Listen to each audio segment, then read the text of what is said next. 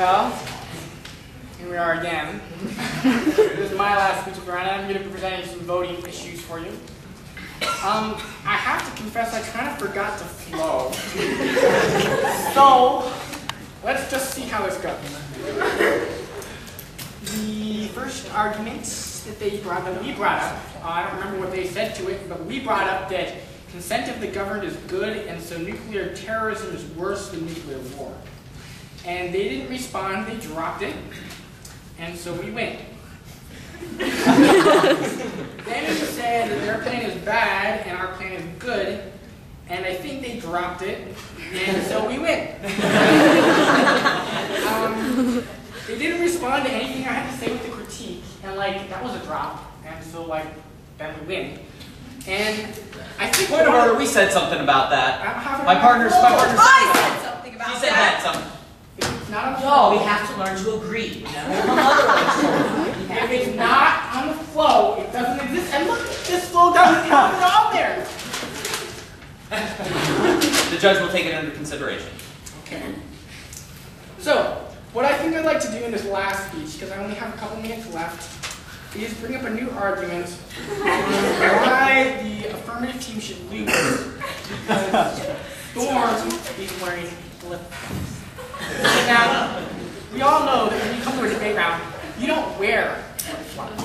There's two reasons for this.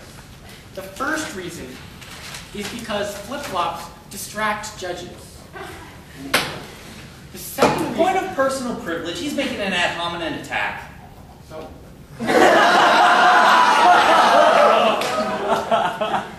The second reason is if you're going up to the podium and you fall on your flip-flop and you trip, you could die. And that is the terminal impact. For these reasons, to avoid death, to avoid nuclear war, and to avoid starvation by psychosis, I don't know how starvation got in there, but we urge firmly, strongly, urgently, pleadingly for a name. And politely. Thank you.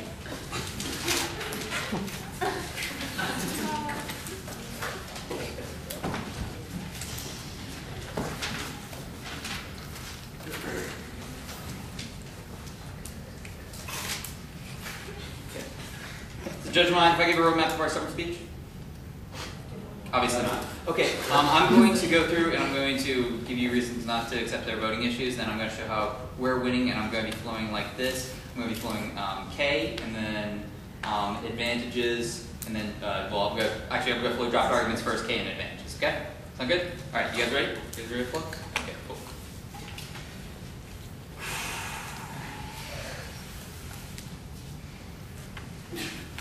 Alright, starting off with the voting issues, I can just sum them up this way, okay? The first voting issue is that we dropped something, ergo we should not vote for us at all. The second voting issue was that we dropped something. Let's look at their analysis underneath both of these, okay? Their analysis was that we didn't say that our case was, that we didn't respond to the fact that they said that our case was good and that their case was bad. This is them talking, okay? We didn't say directly against that, okay? But we did talk about all the things that they brought up against our case, and we made responses to them. So my responses to this is, 1, it's stupid. 2, okay, we actually did bring up arguments. And 3, you should never vote for these types of things, okay? Alright, now let's go on down to the flip-flop voting issue. Okay, the flip-flop voting issue is an ad hominem attack. It's against me personally, and everybody else out there who's wearing flip-flops. Let's see, and I can only see the feet of those, and you, okay? You people should not vote for them because you also are wearing flip-flops and he's attacking you, the judge, directly, okay? Alright, so you should drop this, if not turn this into an RVI and vote against them on this, okay?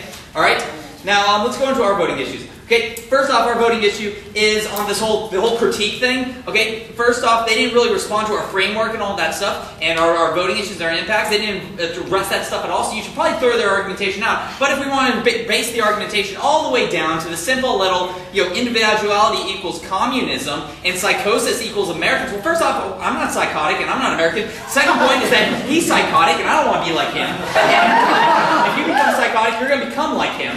And you're going to have an oily, pimply face, and no girls are going to want you, okay? Right? And also, let's see, I'm not psychotic, I am American, but I'm not a conformist, okay? Our voting issue is this.